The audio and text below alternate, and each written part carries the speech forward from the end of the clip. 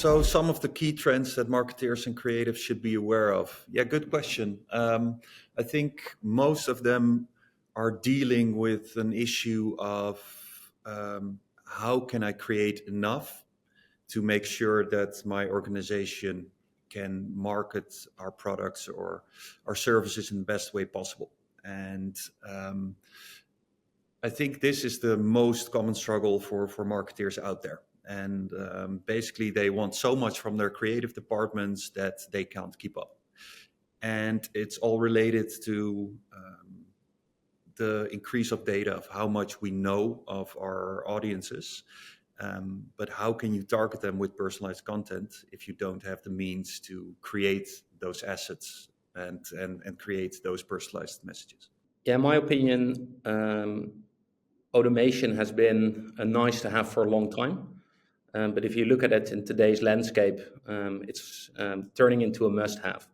It's basically the channels dictating the need for more content in order to keep your results up in terms of your result on your advertising spend and the performance of your campaigns. And basically, these platforms these days require you to produce more content, basically to fuel them with more content in order to achieve those same results. Adobe did a study recently where they uncovered that over the past years, the content volumes has grown by about 200%, but for the next 2 years, they expect the volume demands to go times 5. And that's a significant increase of what needs to be produced. And therefore, maybe you've been kind of barely keeping up, but just keeping up with content volumes through the current processes. But if you think about what happens if I go times 5 in 2 years, then you'll probably come to the conclusion that doing it in the same very manual ways that you're currently doing it, it's just not keeping up anymore. I think, that you make a solid point. I think if you look back a couple of years, everyone was on about big data, right? And how can we handle it? How can we process it? Well, I think we have the data. Companies know who they need to target, what people like, and we've landed in a situation that you can call big content, basically, because not data is the bottleneck, but content, creating content based upon the data and the insights you have. That's the next struggle, and I think that's the core trend of the market nowadays. And in terms of producing large volumes of content, it's often looked at from a cost perspective. So what is the cost of actually producing my content? And am I still able to actually produce compared to the means that I have available? But I think in today's environment is beyond only the cost. It's also about the speed and the ability to actually produce content at that rapid pace. So I was talking to a brand recently, which is active in the fitness and wellness industry. And they basically came to me and said, it's driving us crazy that our competitors, every time we put out an offer, our competitors are live with a better offer, let's say within 24 hours. And it's like, how do they do it? Because we're active in different regions and there's so much content involved. It turned out they were leveraging creative automation to produce content in that automated manner. And it felt like an unfair battle because through those workflows and regardless how much money you throw against it, how much production budget you throw against it, you still have that element of speed that makes that an unfair battle. And that goes back to the point of a nice have versus a must have. If you want to stay competitive, it's about the ability to produce content fast so you can actually play that role in the or play a competitive role in the landscape out there. And ultimately it's a fight for attention. And obviously budget helps a lot, but it's also about the ability to do it fast and react to what your competition is doing out there. Yeah, because we see that companies want to, be relevant, right? And you can only be relevant if you react. And if you have a manual workflow with teams that are overloaded, you're reactive. And you can't, go out and create custom or tailored messaging if it takes a long process to get there. So one of our clients, they used creative automation during the periods between matches when there was a pause or Champions League matches, stuff like that, that they can actually go out on Facebook and say, oh, what a game, 3-0. Who expected that? That means that within a matter of minutes, you need to create content that's on brand, grasping, and upload it and market it. And basically, they also were managing to create concepts that saying like, the game is starting again. You need to hurry up, right? So I think that's a very beautiful example of what brands want to do in a very short period of time nowadays.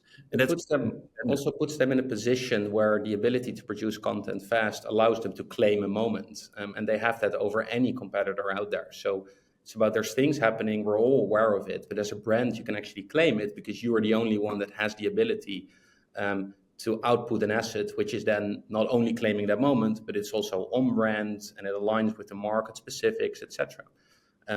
So if a game, in a football game, there's a team winning, there's a team losing, there's probably slightly different messaging, but it's probably based on a very similar structure. So it's kind of these events that can be claimed through having an agile and efficient content production process in place. Which is a really competitive edge in that sense as well.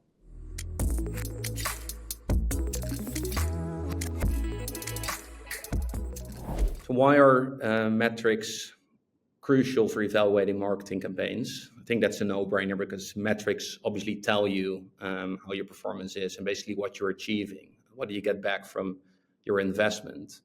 I think the true question is also what metrics and how should you ultimately approach your evaluation processes. In my opinion, too often advertising results and metrics are decoupled from the metrics that are typically sitting in production. So if you, for example, think about a metric such as ROAS, or the return on ad spend, that typically doesn't take your production budgets into account. And that's interesting because production and creative has a lot of impact ultimately on what you get back from your advertising results. But also as the volume of content is growing, typically the cost associated with producing all that content is also growing. So if you would really like to evaluate the success of your marketing efforts, you should ultimately look at what is my return on production and ad spend, rather than to decouple them and see them as there's a fixed cost for my production, and on the other hand, there is a return that I get from my advertising dollar. Especially because now it's getting more and more clear that the performance of ads aren't only in optimizing audiences, they are very much in the creative, right? So I think it's Google that said like 75% of campaign results are attributed to the creative, and only the rest, the 25%, is to campaign optimization and targeting. So you can't really decouple them, right? The more ability that you have to play around with different assets, different versions of a creative, only then you can optimize your campaigns. So it would be very limited to only look at ROAS. You need to look at the entire chain, and also what are your costs per assets. And then I think you can come into this game where if I have a way to create these versions more cost efficiently, then it also frees up more ad spend and more the possibilities to reach more people. So I think that's one of the most important things you mentioned there. You can't decouple them, and that's just the truth. Production costs and your ad spend combined ultimately tell you what is my budget ultimately to reach my consumers. And it always goes hand in hand. It's on one hand, if you can lower your production costs, you can increase your spend, but it's also the other way around. If you have the ability to personalize more in your creative production process because you have the ability to scale, it can also lead to I need to spend less in order to achieve my results, because through more personalized content, that's more effective content. Hence, I need to spend less to get someone to my website, to get someone to download my app, and to get a message across so someone picks up my product in the grocery store. So these are going both ways. Reducing your production spend can lead to increased ad spend, but also the ability to produce more tailored content can technically seen also reduce the spend that is required in order to activate someone.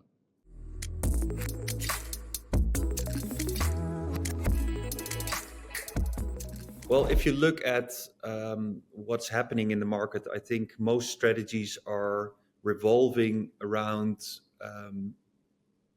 how can I get the content I need? So it's mostly about content bottlenecks, because what makes the metrics good, what gives them a successful boost, it's all around the amount of assets you have. And why? Because it allows you to send out a personalized, resonating message. And that across the board impacts these metrics. So I think you need to take personalization into account, right? So the strategy that you need is make sure that as a company you can quickly scale up your content production. So knowing your audience is one thing, but you need to have the capacity to translate that knowledge into content that is essential for driving that engagement, because engagement is indeed in the end the main thing that drives these metrics. So I think the conclusion is there, you need to make sure as an organization that you tool yourself to scale up your production, enable to cater to different audiences, the audiences that will in the end increase your ad strength score. Because marketers are often bound to a certain number of assets then that can be produced, there's often a choice made whether we go with personalization or whether we go with multivariate testing. And to an extent, personalization is data-driven, assumption-based targeting ultimately. And obviously, it makes sense. There's a group, and based on all my data, I think this is the message, or this is the asset that I think resonates best.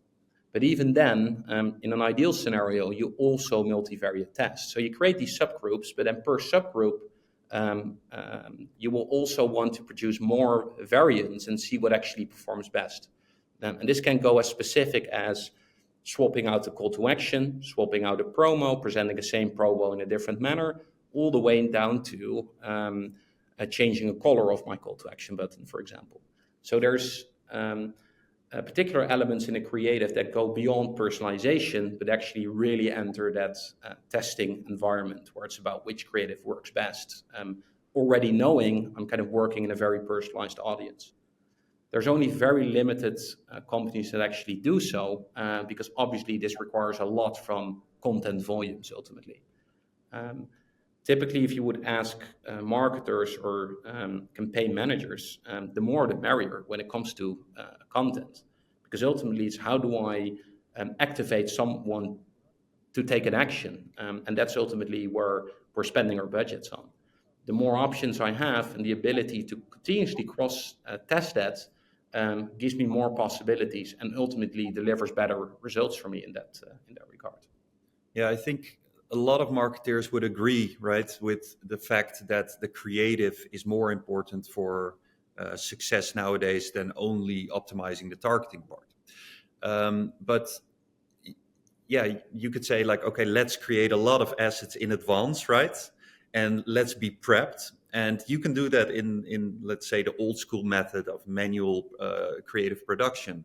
But the thing is, when you start your campaign, you need, you can do a lot with a lot of prepared assets, but in an ideal case, you react to the insights you have. And then you're able to very quickly and in an agile manner create the content you need at that moment in time.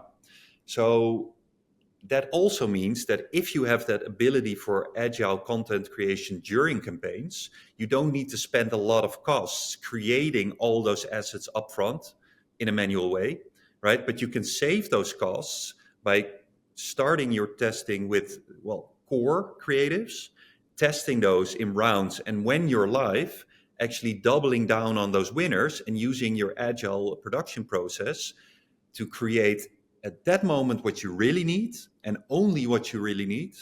And in that sense, because you're shifting the ability to produce when it matters, you can also save production costs up front, because you're not creating everything that you potentially need. No, you're creating what you actually need at that moment in time. So in an ideal situation, you would be able as an organization to create the assets you need in flight, because then you're reacting to the insights of the campaign. But there's one thing in that is, being able to react quickly. You also want it to be of a certain quality. And when do the most mistakes happen? If you're working under pressure.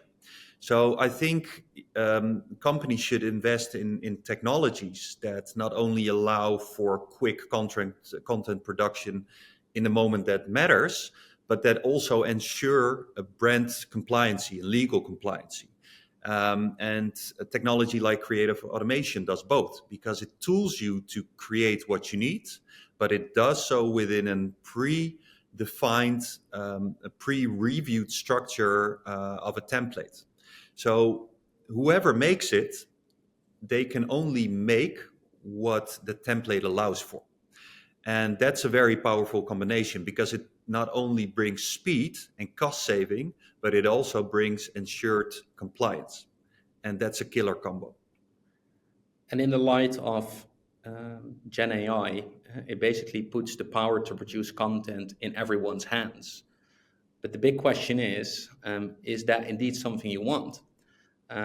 Is everyone a designer? Is everyone fully aware of the brand guidelines and indeed the brand compliancy that is required? In an ideal scenario, you want to give everyone the ability to produce. So I'm a campaign manager and I can produce content, but I'm not a designer. And templates are exactly solving that. They are the framework that allow you to produce on-brand content as a non-designer, a non-creative, or someone that doesn't know the ins and outs of the brand itself. And that's an extremely powerful combination. So you safeguard from a brand perspective what can be produced, but you still deliver the freedom to an end user, to a campaign manager, to a marketer that is not necessarily creative to produce on-brand assets. And it's extremely powerful. It reduces the need to review because basically anything that's in the future is going to be produced is already approved and signed off because it follows that branded structure, which we refer to as a template. And that's extremely powerful.